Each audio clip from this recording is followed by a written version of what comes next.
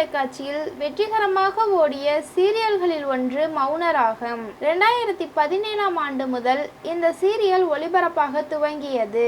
இந்த சீரியலில் சக்தி என்கின்ற கதாபாத்திரத்தில் நடித்து மக்களின் மனதில் இடம் பிடித்தவர் கிருத்திகா பாலசுப்ரமணியம்.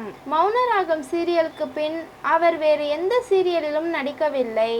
நடிகரும் இயக்குனருமான பார்த்திபன் இயக்கிய டீன்ஸ் திரைப்படத்தில் முக்கிய கதாபாத்திரத்தில் நடித்து இருந்தார். இந்த நிலையில் மௌனராகம் கிருத்திகாவின் லேட்டஸ்ட் வீடியோ வெளிவந்து ரசிகர்களிடையே வைரலாகி வருகிறது. மௌனராகம் சீரியலில் நாம் பார்த்த சிறுமியா இது என ரசிகர்கள் பலரும் கேட்டு வருகிறார்கள்.